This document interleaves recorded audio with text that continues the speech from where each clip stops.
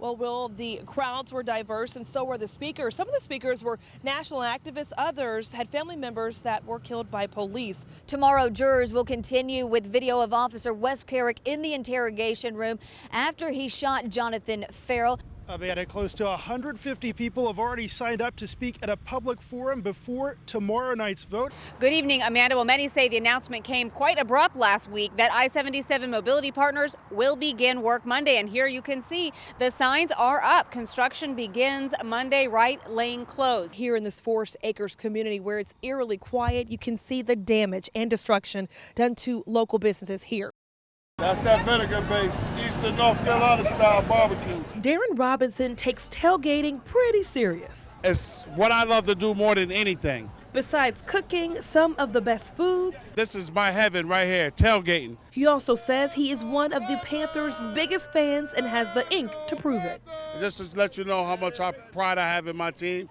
I'm not going nowhere. I'm not a, here today and going by night fan. I'm a fan for life. We didn't find many Cardinals fans tailgating in this lot, Ball game. but we did find a lot of super tailgaters making themselves at home with tents, televisions, and tons of food. It's a party atmosphere. We're singing, rapping, dancing, eating. Darren cooks such good food. We're getting full, and we're dabbing all over the place. Who say just because they can't go to the game doesn't mean they can't have a good time. TVs are so good these days that the game's just as nice to be spent with friends and family. At the end of the day, it's a chance to make new friends and new memories, all while supporting their team. The camaraderie around here with all of the Panthers fans has been unbelievable. I mean, we all just are here to have a good time, support our team, and hope for a win.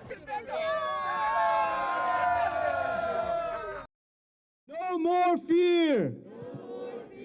More than 100 supporters joined together by candlelight. I have come to bring the good news that you can walk out of your door with your head held high. To show solidarity as a Muslim community, but also denounce the attacks that claimed 14 lives in San Bernardino last week. The Muslim community in Charlotte decided to come here to really say we reject all forms of terrorism, all forms of violence in the name of Islam. And it's the verbal attacks on the religious group from political leaders like Donald Trump, who wants to ban Muslims from entering the U.S. that has many of them worried. There are people that are going to support anything. I mean, there are still people who support the KKK, and we obviously know that that's ridiculous.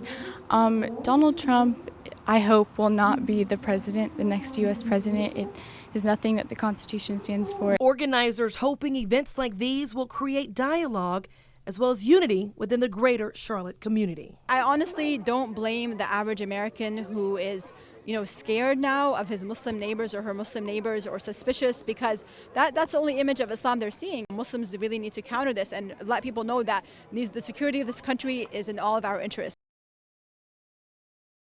I drive race cars for a living. I hit walls, I've blown tires, I've felt a lot of weird pain before, but never just getting hit in the face so hard. Veteran NASCAR driver Mike Wallace's face looked like this after a fun evening with his family ended at the hospital. Wallace says they were walking to their car when they were attacked by a group parked in front of them. We got ready to leave, and they started screaming about something.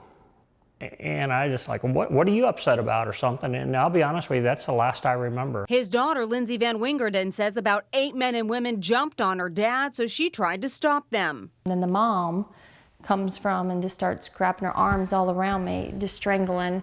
Grabbed my hair, then pulls me down. At this point, I had 4 girls on me. Lindsay says finally most of the group hopped in a Lucas Lawn and Landscaping truck and took off. That's when a witness called 911 and police tracked down the truck. I look over and I see my dad, and I don't recognize his face because he's covered in blood. And my husband is holding his face, and they're covered in blood from head to toe. And I thought my dad was dead. 3 men were arrested: Paul Lucas, Nathan Lucas, and Randolph Mangan, and charged with assault. We checked, and Lucas Landscaping is based in Indian Trail and does landscaping at the pavilion. Lindsay said they reached out to PNC Pavilion, informing them of the attack, also expressing concern for their family and others to attend concerts here if Lucas Lawn and Landscaping continues to be a vendor doing work here. This should never happen to anyone or any family. Lindsay says she was told the pavilion would get back to her Monday. How are you protecting us and other people that go there so that this does not happen to anyone else whatsoever. We reached out to Lucas Landscaping. The voicemail box for this user is full. Wallace supporters have posted the company's number along with angry messages all over Facebook warning other innocent people. Make friends, people aware of, hey, can you believe something like this can happen at a Rascal Flatts concert? Amy Kalman, WCCB News. I think it's amazing. This is just gorgeous, and all the shops in here are wonderful. The music, it's great. We already bought 2 pounds of grits. Happy about it. A little Christmas ornament.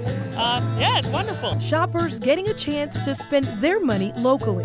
Today, you feel like you're being part of a community because you're going to the small businesses that operate in the community. Jerry Brown owns Jazzy Cheesecakes inside of Atherton Mill Market and says Small Business Saturday really helps support local businesses. This really gives us the exposure that we need. We've heard all day today that people didn't know that we were here. So having this type of exposure is great for us. Rochelle Baxter of Queen City Pantry says she too looks forward to this day every year. I love to see everybody out here keeping the money in our local economy, supporting other local vendors, and just the festivities and the energy in here is really great. A sentiment felt throughout the day. Shop Local South End connecting vendors selling clothing, food, jewelry, decor, art, and more to customers who say they want to give back. When I come down to North Carolina, I don't come here to shop at the box store, right? I want to shop at the little guys, and what makes the city special. We have to be smart, folks. We can't be the stupid people anymore. We have to be smart. I'm Amy Kalman with the Donald Trump campaign in Hickory. Trump arrived nearly 2 hours late Monday to a packed auditorium at Lenoir-Rhyne University due to weather delay. But he had plenty of promises for local voters who waited to hear him speak. We're going to start winning again. We're going to win at every level. We're going to win with our military. We're going to win for our vets. We're going to win with education, knock out Common Core. Trump promised to bring capitalism back to America and stop giving handouts. We have such poor health care. We have such poor everything. We have no incentives to go out and to do what you want to do. Something that resonated with supporters. People go out there now, they don't have to work. I work every day. They don't have to work because all they got to do is sit home, draw a check. Just like past Trump rallies, protesters were escorted out. 6 were cited or arrested. Others were removed without incident. He's going to build a wall and make Mexico pay for it. And then once he stated that, I held up my sign and they were like, okay, just come on out. Some protesters were more vocal, yelling profanity at Trump. Thousands never made it inside, so they protested out front. From here, we know Trump has events scheduled both in Florida and Ohio still today. And then, of course, tomorrow is primary election day. Reporting at Lenoir-Rhyne, Amy Kalman, WCCB News.